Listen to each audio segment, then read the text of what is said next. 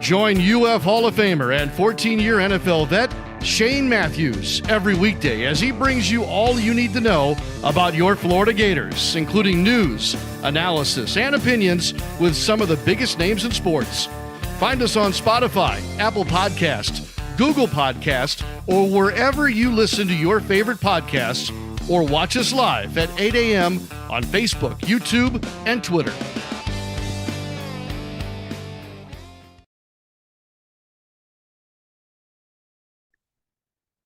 Good morning, live edition, Tuesday edition of PodUp with Matthews in the morning, coming to you live from the International Diamond Center Studios. Locations across the state of Florida, right there in Celebration Point in the heart of Gator Nation. Go check out the good folks at International Diamond Center. Today's program on this Tuesday will be Buddy Martin from the Buddy Martin Show. Then we'll have Steve Palazzolo, who's all he does is NFL.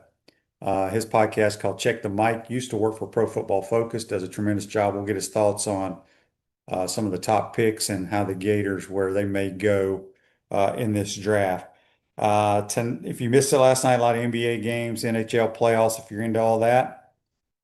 And Ruben Chinyelu is going to the NBA draft, but if he doesn't get drafted or go through the draft process, he will come back and be a Gator. Let's go to the Titanmore Hotline, courtesy of Comfort Temp, and it's our man, Buddy Martin. Good morning, buddy. How you doing? You there, buddy? I think you got it on mute, buddy. Okay, here we go. There you go. Okay. Got me now? You're looking sharp, buddy. You got dressed up for the program. You got I your got colds, but sweater I on. got cold. Hey, did Pro Football Focus fold? I don't know. Steve hasn't worked there in a couple of years. I think I read somewhere several months ago, I think they sold to someone else, I believe. Okay. All right, buddy, we got a lot of comments and questions already coming Okay. in about Todd Golden. If Yeah. people missed it last night, there's a lot of reports, gossip, however you want to say it, that the Golden State Warriors, if Steve Kerr steps down, may possibly come after Todd Golden. It is what it is. Your thoughts, buddy? Get used to it. It's going to keep happening every year. You have to have a game plan. I'm sure they got one. He obviously has a relationship with those people because he was out there for 3 years. And if he's going to coach in the NBA, who wouldn't want to coach there? You know, get a few more good years out of their stars. And I don't know. This is something we'll be seeing every year, probably on a regular basis. But you know what? I think it's time for us to stop having so much angst. Gator fans are so worried about, oh, they're going to take our coach. Oh, they're not running us high enough. Oh, we're not good enough. You know what? We are what we are. And coaches come and coaches go. You taught me that, Shane. Just trust the coach as long as he's there, and then he leads you on to the next guy. So I would hate to see it now, especially with what looks like a monster roster coming back if you add Chenya to it. And then all the possibilities, Shane, including my favorite player, Tommy Hoff. I know the odds are not long, but I hear, and I don't have any great sources. I hear that he very much would like to come back if possible. But of course, if he gets that first round lottery pick money, he's not going to. But regardless, I think that no matter what you put on the floor, you look at those names, those players. Now it's about bringing back everybody. This new 5-5-5-year rule thing, according to your friends, Florida's going to have no short of talent.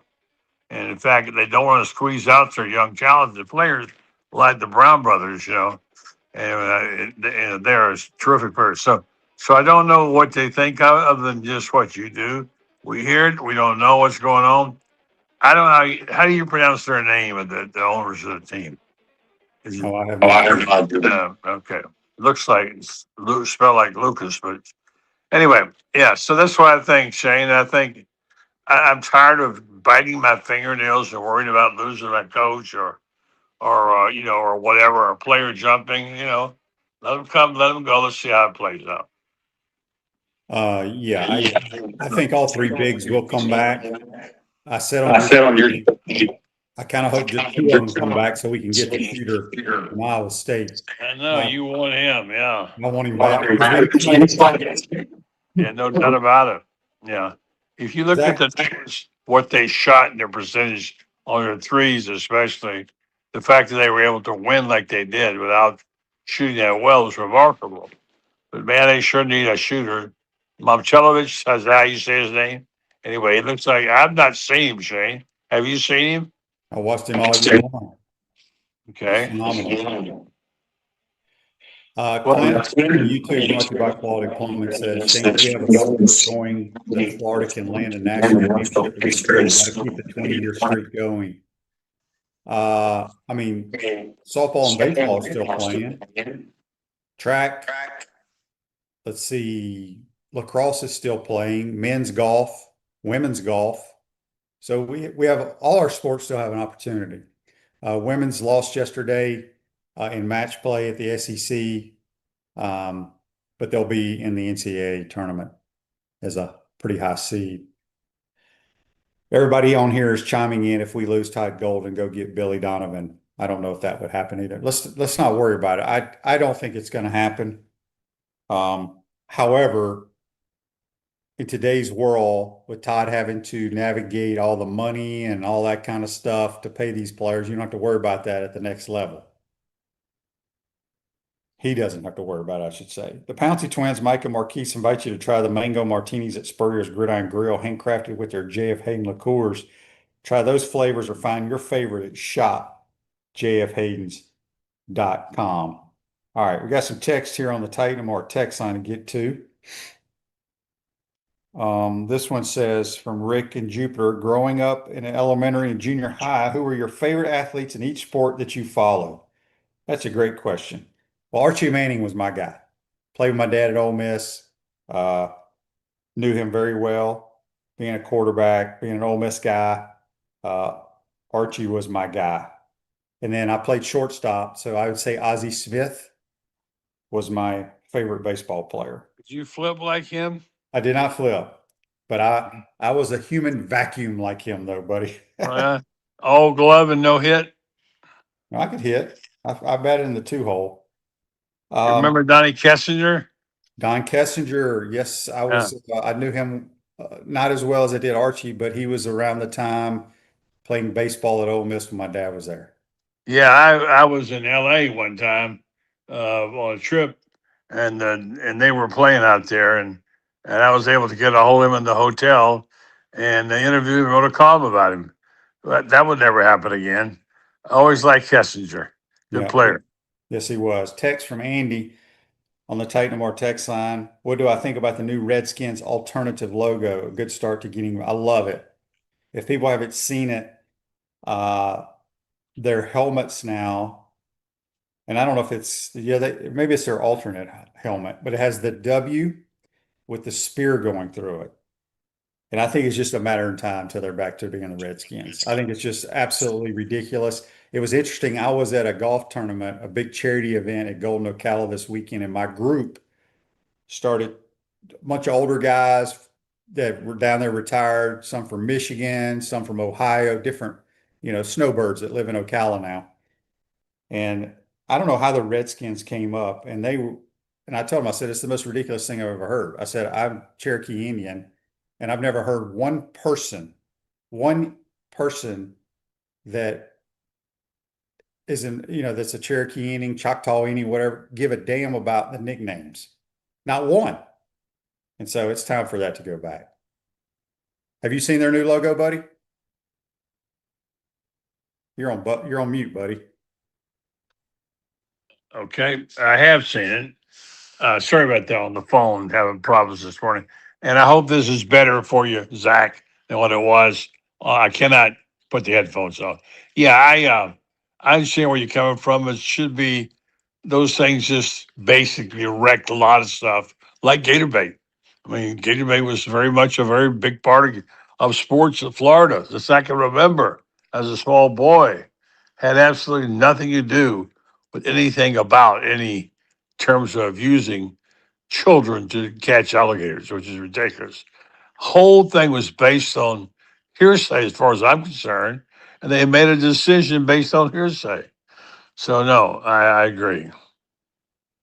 Text here on the Titanamar text line wants to know any chance Summerall breaks out a different uniform this year. I highly doubt it. I think he's a traditionalist, and I think we stick with what we normally wear. I hope so. Did you Yeah. like those alligator things they did? No, it was dumb. I don't I mind didn't the like. orange. I don't mind the orange jersey for one game, whether it's Yeah, homecoming or one of the um, non-SEC games.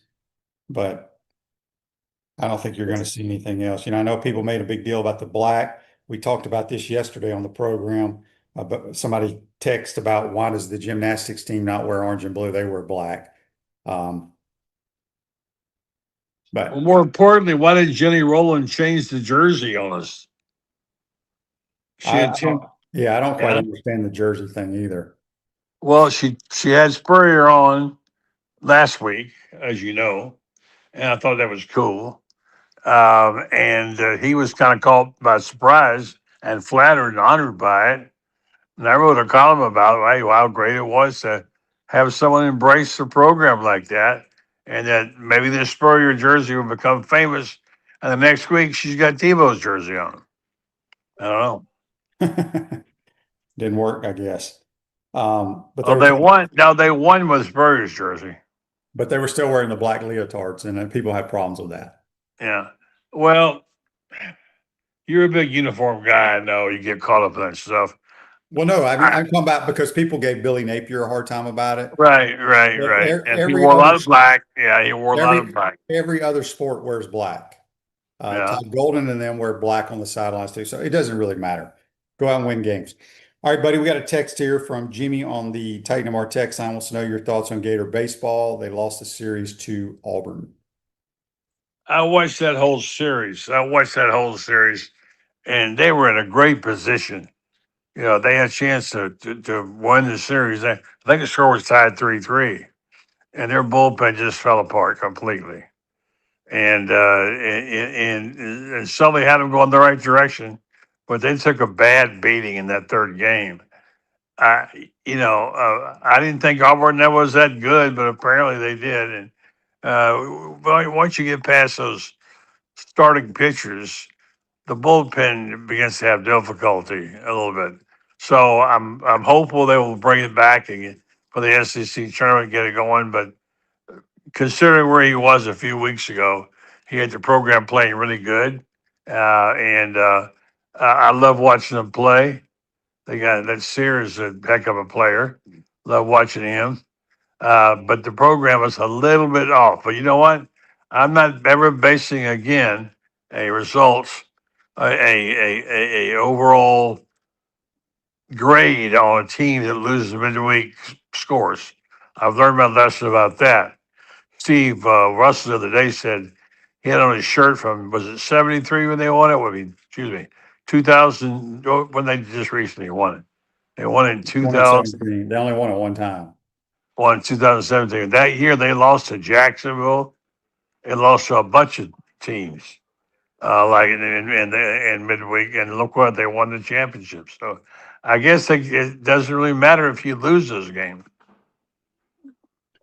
No, the midweek games mean nothing.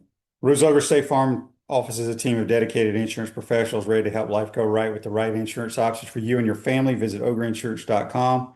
Give them a call at 352-240-1779. We got Buddy Martin here. We'll have Steve Palazzolo talking NFL draft, second portion of today's program. This is from Rick on the Titan MR text line. Did you watch Napier on Outkick yesterday? No, I did not. I've never watched that show at all. I don't know if it's a podcast or what. It's the guy from Nashville. No, it's Travis. Clay Travis. I like Clay Travis a lot, but I don't watch his show. Glad he finally admitted he was stubborn for play calling, doing too much. Do you think he realized that 2 years ago, or he would still be? I don't think. I think Billy's staff is not very good. I'm going to leave it at that. That's fair. As a head coach, you trust your other guys to do their job. I don't think we had a very good staff. I agree. And if you listen to any of the interviews, Allie's had some good ones. Some of these guys, the special teams coach and strength conditioning coach, they're bringing up points that I haven't heard brought up before. They're on it. They get it. They seem like they address the issues. And that was the problem. It seemed like there was no sense of urgency with Napier. You know, it was like, okay, well, we'll see about that one. It's just, he wasn't the right guy, like many have said, and you might have been the one who coined it. I don't know. You know, he was a good coach Monday through Friday, but not Saturday. Well, I mean, like I said, you got to have good help, and I don't even though we had 100 or however many there were, I don't think it was good help.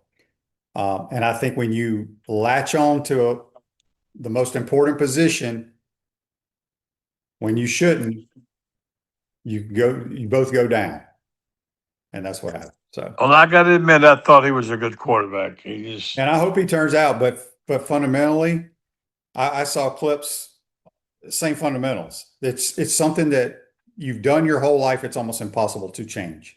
yeah, you kept saying it over and over again. I was just glad to see someone throw the ball deep and get the chains moving. I thought we had our guy there, but it turned out he really wasn't sound fundamentally. And Shane, I guess we'll never know, but he might have been hurt. Well, okay. If he's hurt, don't play. Right. But there were just too many issues there off the field, not going to class, not being coddled, however that article was talking about. Yeah, really, it's like, I'm above all this. I can't be bothered to all about on the among Well, great. I don't think that was him. I think that was his group. Yeah. Yeah, it's not our problem. Nope. So, all right. So, buddy, did you watch any golf this weekend? I did. We talked about it on my show. But what a match! What a match! I think the LIV is not going to go away, from what I can gather.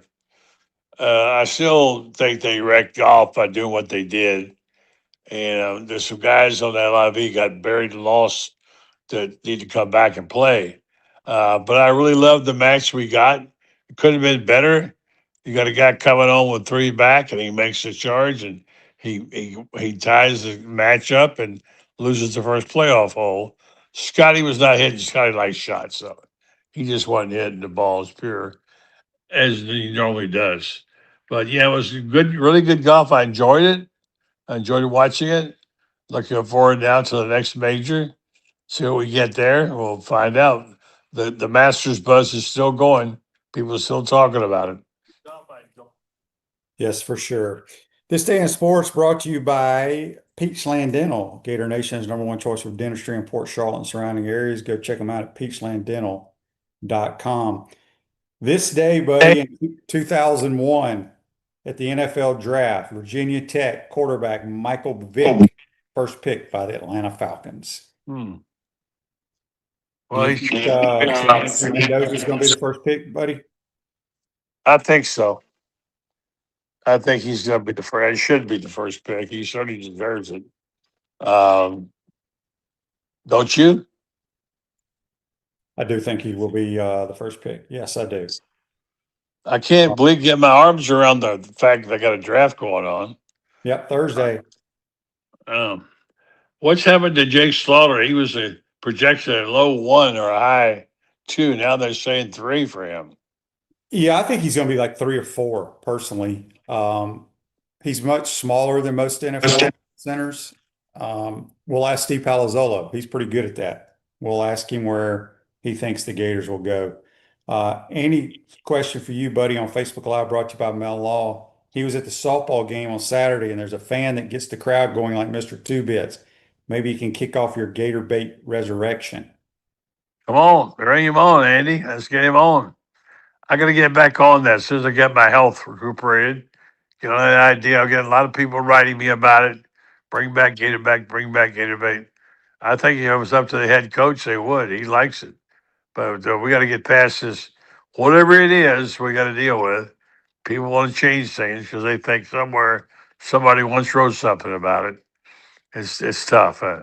Again, like I said when I started out the show, I want to be I want to be more embracing of Gator sports right now. I want to be able to. I don't want to worry about losing the coach or losing a player or losing this, losing that. Coaches are going to come and go, and they always have. And I'm just hopeful that I want to enjoy it. By the way, let me ask you a question. I was asked this question the other day. Now I know you have a vested interest in this, and I expect your answer to be shaded by it. But someone pretty high up said to me, "Do you think there should be a book about Steve Spurrier and his quarterbacks? Me and my quarterbacks, just Yeah, about his." yeah, he's already mentioned it to me. I said yes. Yeah, me too. So um, I think that could be a good book, don't you think? I think it'd be a very good book. What would you like to see said about you that hasn't been said? Oh, I don't know, buddy. Coach I would, remind I reminded him the other day that he said about finding you, in the very deep of the roster. He said he was like fifth team. I said, no, coach. He was sixth string. I was standing there in front of you that day when you had the press conference, and Shane was sixth string. And talk for a second about what John Reeves meant to you. well, John Reeves is the reason I got a chance to play because I was always sent down to the tight ends to throw, and he basically asked coach to eventually get me in one of the scrimmages after about the third or fourth scrimmage, and the rest was history. So, but yeah, Your John dad Bonner. came all the way from Mississippi to see you play, and you didn't get in. Mhm. And Steve said, "Oh, I'm so sorry, didn't realize." So, but something's magically happened for you, Shane. Get Yep. that. It's good that it did, and you've never gotten the proper credit for resurrecting the program and getting in. I wish they didn't have all those super restrictions on the Ring of Honor and all that crap because it doesn't make sense. Because what you did for this program, nobody else did, and that is you resurrected it, and you taught them how to win, and you won championships, and you were MVP in the league, so you have had a distinguished career. For me to think anybody could have a more distinguished career. Maybe not Tim Tebow, but besides that, you have done a remarkable job. Danny had a good one. Danny career was pretty good. Um, we got a question for you, buddy, from Baron on YouTube, brought to you by Quality Plumbing. Who do you think was the better athlete, Jim Thorpe or Bruce Jenner? I actually saw Bruce Jenner in the decathlon and the Olympics in Montreal. I covered it. He was a hell of an athlete.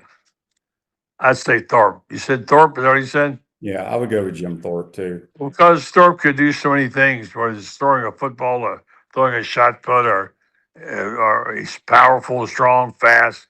Jenner was a good athlete in the sense of he could run distances. He could do the high jump, broad jump, etc. But no, I think it's Jim Thorpe easily. Yeah, I would go Jim Thorpe. This text on the Titan Mark text line, I'm not sure who it's from, says they sat behind the band for the spring game and was trying to get them to play. Da-na-na-na-na-na. Yeah. I'm Well, telling you, you, you had the best idea. You had all the best somebody has idea. to do Yeah. is, like I said earlier, be like Mr. Two Bits used to go from section to section, play the little da-na-na-na-na-na, and then the whole crowd would start doing it. And to hell with the people that don't like it.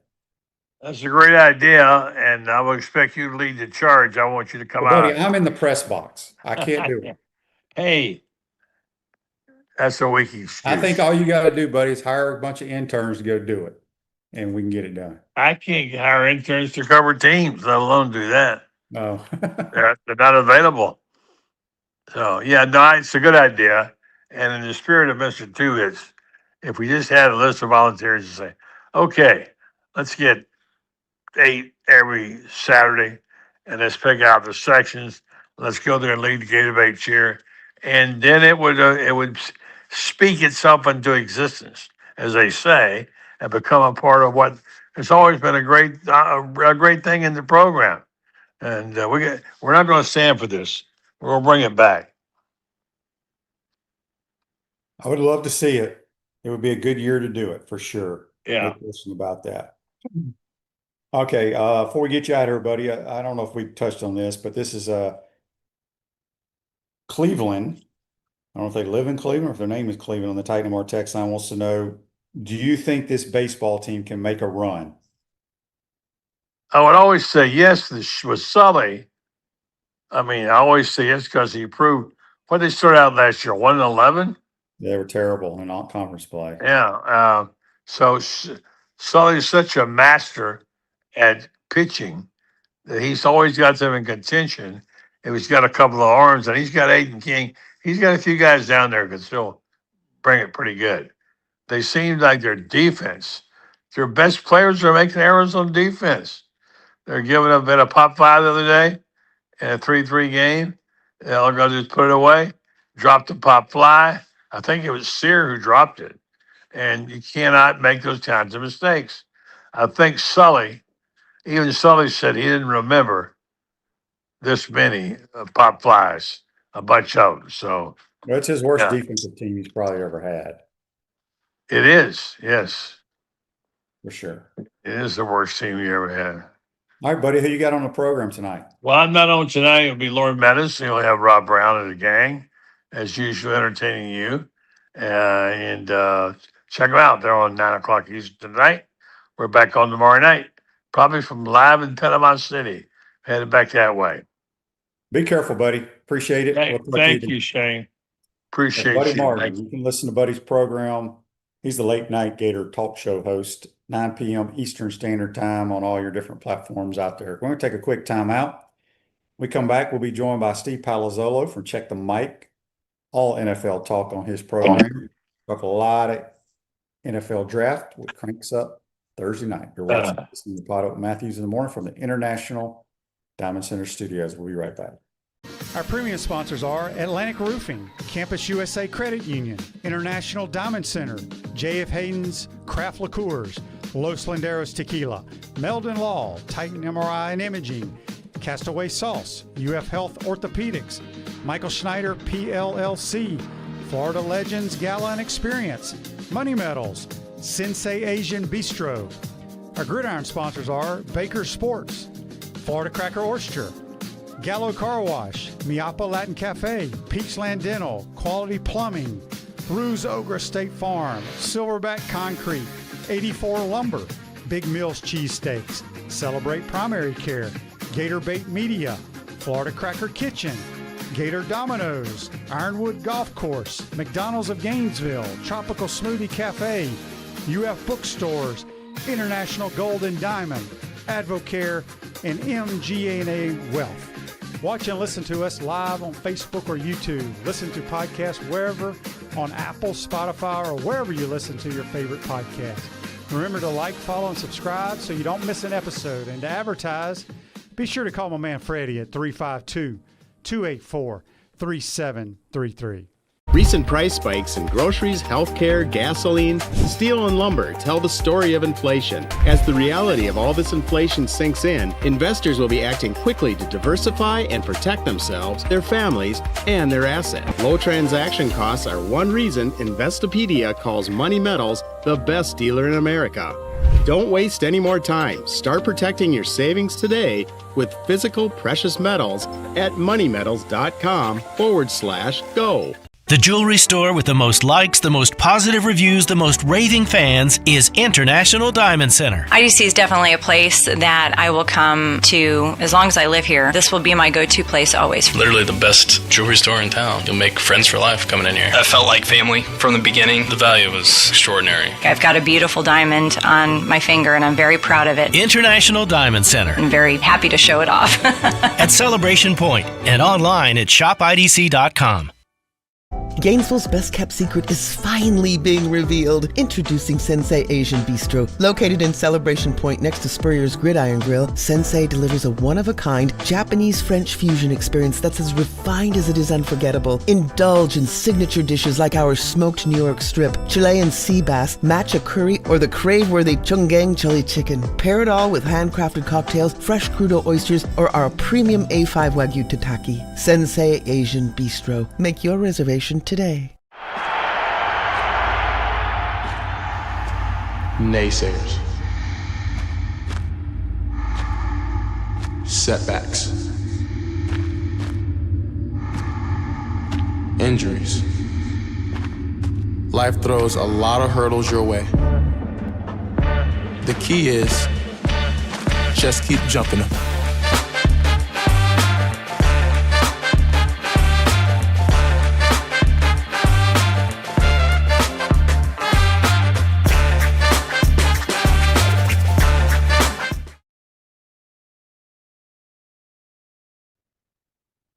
Welcome back to the International Diamond Center Studios. UF grad Michael Schneider, a real estate attorney, can help you save thousands of dollars in real estate commissions by helping you sell your home or land by owner without a broker. Michael Schneider, PLLC, serves the entire state of Florida. Contact Michael at maschneiderpllc.com.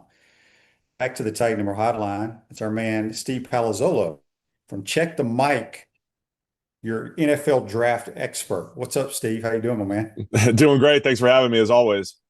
All right, so let's, man, it's hard to believe the draft's already here Thursday night. Is Mendoza going to be the?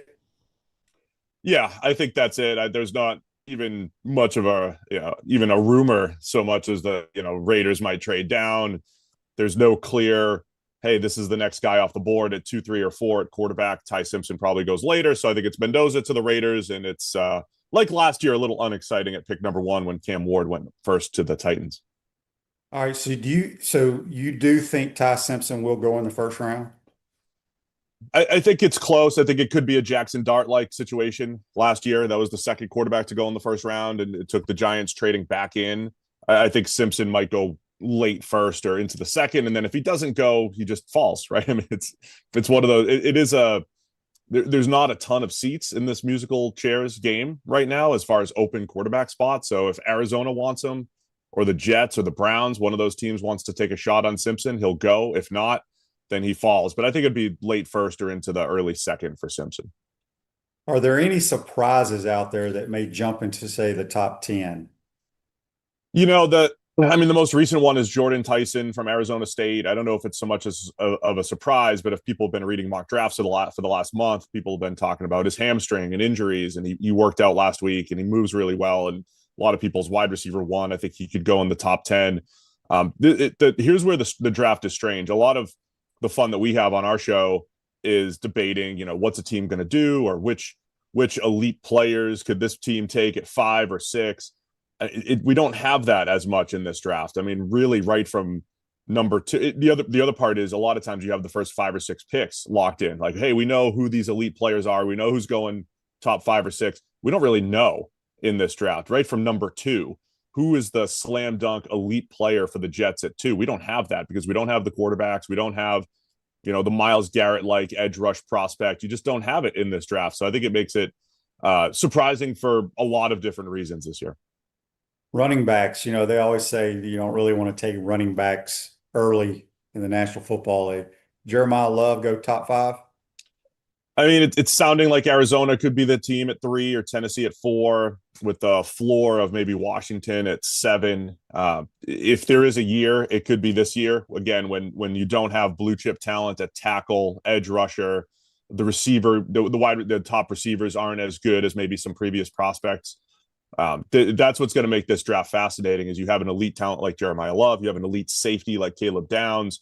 Those players where you say, I don't know if I want to take them top 10. Well, it might be easier to do that in this draft just because you don't have the players who are generally paid more, the higher value positions. You just don't have those clear prospects. But Love, he's a home run hitter. He's a similar prospect to me as Jahmyr Gibbs, Bijan Robinson, Ashton Genty, all of these other running backs who went in the top 12 over the last few years. So, yeah, I expect Love to go pretty high. I want to ask you, if you were starting a franchise and you could take any running back in league right now, who are you starting your program with? Probably Bijan Robinson. That's who I would start him with. Yeah, I mean he can do it all. He's he can run in any scheme. I think he's been in a decent situation run block wise as far as Atlanta, but man, he added some big playability to his game last year too. It felt like 2 years ago he would have these incredible runs, Bijan, and top out at 15, 16 yards. Last year he was taken to the house. He can catch the ball. My friend Zach Robinson was the offensive coordinator there last year. He was saying, hey, we had regular receiver routes. Like we were expanding the receiver package for him. He's that good outside. So yeah, Bijan be the guy for me. McCaffrey years ago, but as he gets older, I think it's Bijan's that guy as the 3-down dual threat type of running back. I agree. All right, let's talk before we get to the Gators in the draft. Let's talk about the 3 state of Florida teams. What do you think the Dolphins are going to do? I mean, so early in mock draft season, before they overhauled the entire roster, traded all their good players or got rid of them, it was like, hey, they really need a corner. Now they need everything. I think it's interesting to see John Eric Sullivan coming in as the general manager. You've got the Packers ties. Packers generally like to draft in volume. Dolphins have plenty of picks. They like to double up at positions of need. So I don't know what they do at 11, but I think they need offensive line help still, both for this year and beyond. A couple spots to keep an eye on. So I think they just have to load up on good players. I think along the way in the draft, with a massive need now at receiver and corner, in Packers-like fashion, they'll double up at those positions. So I think you'll see 2 or 3 picks at corner, 2 or 3 picks at receiver, somewhere along the way. But at the top, it's whichever good player falls, regardless of position. The Dolphins need it. So both first rounders, I think they're just going to try to grab the best possible players and then start filling needs in volume throughout the rest of the draft. Do you like Malik Willis at quarterback for them? I mean, yeah. I mean, I love what I saw late last year with the Packers. Actually, his whole Packers tenure the last 2 years, so much different than what we saw in Tennessee. It's just a tiny sample size, and they've put nobody around him. So I don't know if we're going to get a good read on Malik Willis. It's still an average offensive line at best, and nobody to throw to on paper right now. So that's why I'm saying, like, they'll have 2 or 3 receivers probably coming out of this draft that are going to be, hey, hope these are the targets for Malik Willis. I loved how well he played. Balance in the pocket, throwing the ball, ability to run. I just don't know if we're going to see all of the skills on display with one of the worst teams in the NFL around him. All right. What about the Bucs? What do you expect them to do? So right in the middle of the first round, I think they've got a few more needs than they've had in the past. They would love to see one of the edge rushers fall. I think there's a bit of a drop off between the top 10 type of edge rushers and the next tier. So there could be a Keldrick Falk type of Auburn player who's more of a good run defender, who's a developmental pass rusher. Akeem Mesidor, who's 25 years old, but polished. So I think they could use some help off the edge. I think early in the offseason, we expected maybe linebacker to be a big need. I know they brought in Alex Anzalone. I don't know if the linebacker value is there in the middle of the first. I mean, if they traded down, I'd love Jacob Rodriguez from Texas Tech, but would feel better about taking him in the 20s. They could use some cornerback depth, even though they invested there last year. And I think the sneaky move would be a guard. If Venga Ioane from Penn State is there, bringing him in and trying to upgrade the guard position. So I think the Bucs can go a couple different ways, but I think ultimately they would love to have a good one-on-one pass rusher guy that can win, a guy like Akeem Mesidor from Miami, if they can handle the fact that he's 25 years old. The Jags had a really good year last year. What do they need to improve going into this year through the draft? They did have a really good year, and they've got so much coming back. Travis Hunter, maybe the full-time move to corner and sprinkling in at wide receiver. Receiver room got so much better when Jacoby Myers came over, and I think that coincided with Trevor Lawrence playing free and easy and just finding the open man. So they're in a really good spot. I think it's back to D-line depth for everybody. Grab another pass rusher. They brought Trayvon Walker back. They've got Josh Hines-Allen. I think defensive tackle is going to be a question for the Jags. There's some, they're going to be picking in the second round. There's some decent D tackle second round type of value, guys like Lee Hunter from Texas Tech. We'll see what happens with Peter Woods from Clemson. And then, Florida's Caleb Banks. We'll talk about him in a second, I'm sure, but the high end of Banks' tape looks like it's top 10. It just wasn't out there often enough, and he didn't play enough. But I think a lot of the second tier defensive tackles could definitely be in play for the Jags in the second round. Andy's question for you on Facebook Live brought to you by Melton Law. Steve, how much will the off the field issues of Reuben Bain and Zachariah Branch impact their draft stock? Baines, I don't think. I mean, the reports were all either known by teams or nothing. They were much ado about nothing as far as Bain's role in the car accident from a few years ago. Supposedly there was some other information teams were digging into, but I'm going to say not much there. The Branch thing, I think that's different from some of the other Georgia arrests. Branch, I think, has more questions to answer about just his skill set and translating that to the NFL. You know, most of his yardage coming from behind the line of scrimmage type of passes. I think that's going to be the bigger issue for Branch, but I don't think either of the off-field issues are going to be massive for either Bain or Zachariah Branch. Out of the quarterback crew that's in the draft, is there anyone that's probably going to go late that you're like, you know what, they're kind of a really good project. I could see them being in the league for a long time? So when you say the word project, the name Taylor Green always comes up. You know, the Colin Kaepernick like build and long strides and speed and good arm, and you know that would be your quote developmental type of quarterback. But I look at a guy like Garrett Nussmeier and say, look, he was supposed to improve this year, maybe be in the first round conversation. He's the opposite of Green. He's not a runner. He doesn't have a big arm, but man, he throws with as good of anticipation as I've seen from a college quarterback in a long time. He'll do some crazy stuff with the ball. He's very aggressive, but the whole coach's son thing kind of plays like it, throws to space. We've got these reports now about the injury. We knew it was like this weird training camp injury that was LSU's trying to downplay it and everything. He was playing through that all last year in his draft season. So I think Nussmeier is the most intriguing as the guy that can come in, run the offense and develop and just does NFL quarterback type of things with average tools. And I think Nussmeier is the mid-round type of guy that I'd be keeping an eye on. Atlantic Roofing, your roofing experts for residential commercial roofing with more than 50 years of local experience. A few more minutes here with Steve Palazzolo from Check the Mic, talking NFL draft. All right, let's talk about the Gators. I guess Caleb Banks will be the highest drafted Gator.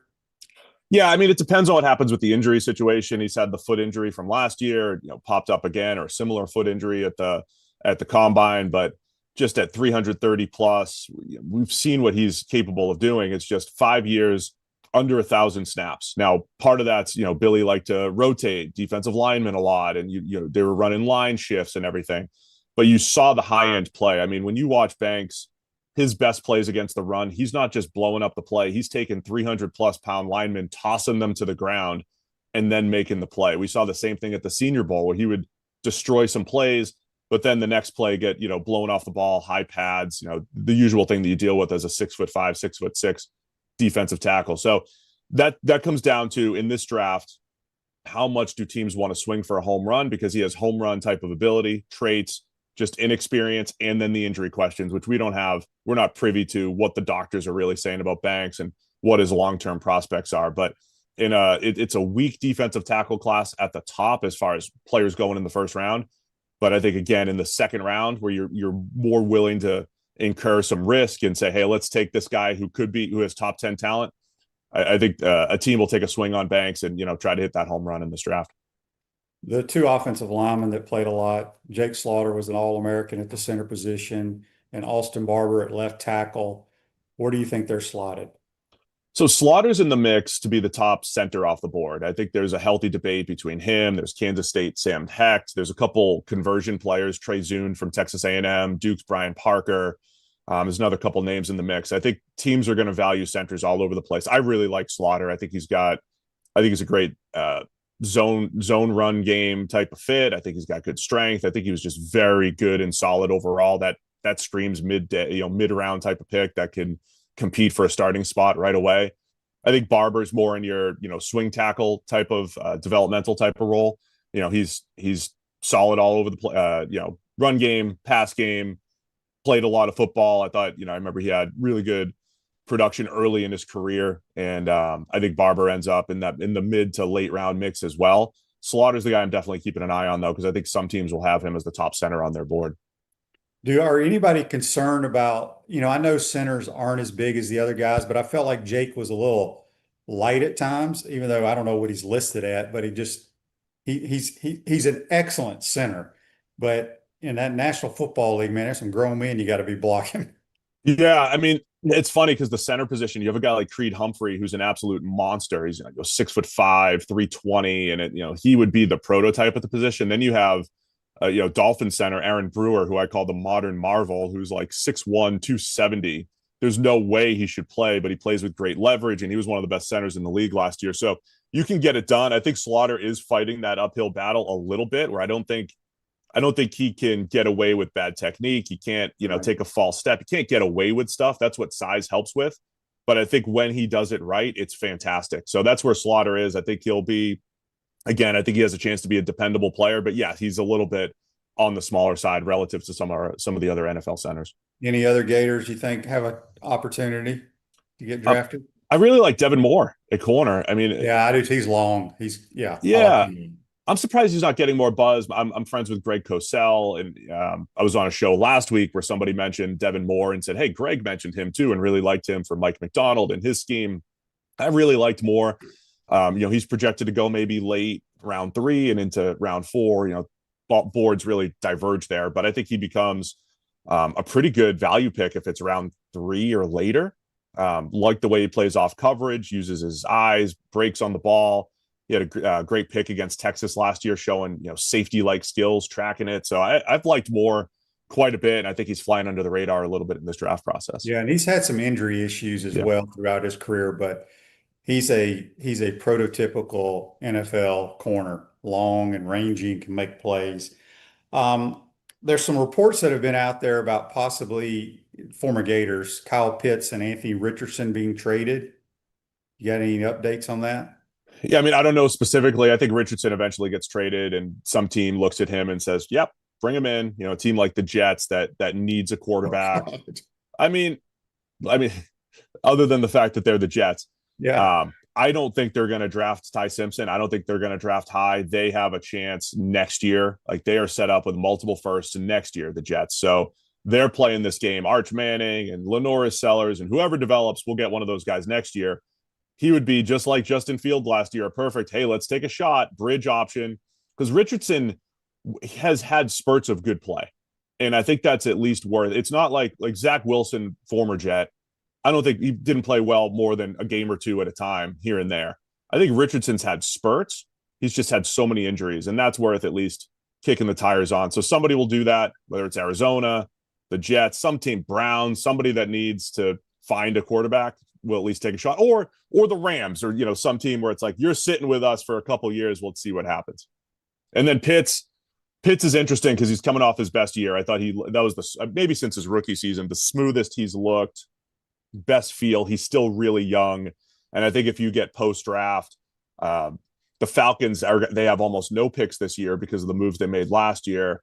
They're going to need some draft capital. They have a new GM. I think it might make sense for them in their lifespan to trade Pitts, and then some team that misses out on a top receiver, top tight end, and says, man, we need another weapon for our quarterback, might be in the Kyle Pitts discussion maybe after the draft, or maybe right up before the draft.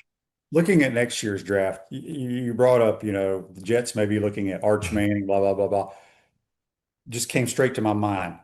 Do you think Archie and that crew, they're going to say, hell no, we are not going to the Jets? Maybe it's harder to make those moves now. I mean, back in 2004, I watch old drafts just for fun. In the 2004 draft, it's like the narrative is funny because Elway did it and Eli did it. Like, you could do that back then. Yeah. And just kind of like dictate the action. Dion tried to do it, and it's like, Dion, come on, dude. You can't tell people where Shadur's going, and then he falls to the 5th. I think it's harder to do that these days. And I know the Jets are the Jets, but I think that regime's doing a really nice job of adding draft picks, rebuilding that thing, gutting the roster, and building it back up. But yeah, I'll never say never. I think it's harder to do that, though, maybe than it was 20, 30 years ago. By the way, where is Kyle Trask at these days? Oh, man, I forget where he landed. I'm still in Atlanta. He might be. I'm still intrigued by him as I wouldn't mind having him as my backup. I think he showed a little bit in the preseason that he could put it together. I think he's a guy that could play for 12 years. Yeah.